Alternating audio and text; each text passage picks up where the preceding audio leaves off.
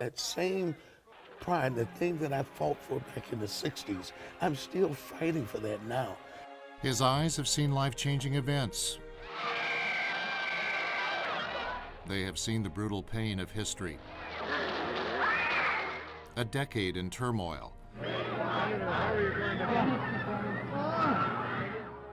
But the eyes of Gerald Arnold have also witnessed hope. Because I have a dream to sit down together at the table of brotherhood.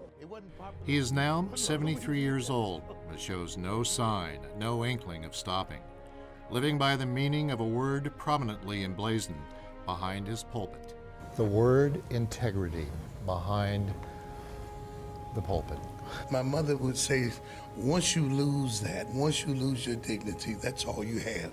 The word integrity, again, makes you look within yourself. He retired from a solid job at Bristol Myers more than 20 years ago. His mission as leader of the local chapter of the NAACP outlined by the character of the people who come to his church, built in the 1800s, tucked into the nooks and crannies of Evansville's west side. I grew up poor, and you can see my church. It's not, I don't have 3,000 members, and it's not the Taj Mahal, but I have a great sense of pride in the people that are here. This is truly the needy right here on this corner.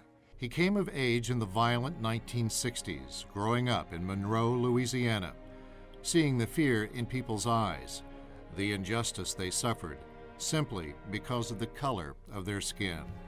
And we all had uncles and people who came up missing after they were taken to jail, and we never saw them again.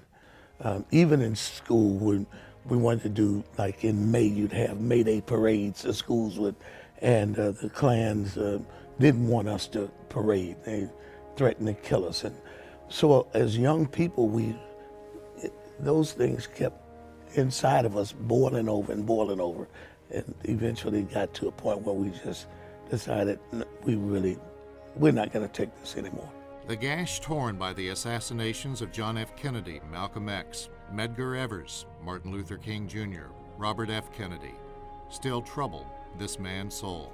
One event, the murder of 14-year-old Emmett Till, murdered with his life ahead of him, had a particularly life-changing effect. They found teeth and watches from African Americans who had been missing for years. This would have been Late 60s, 70s? the late 60s or maybe early 70s, maybe. Today, Reverend Gerald Arnold tells me he has hope.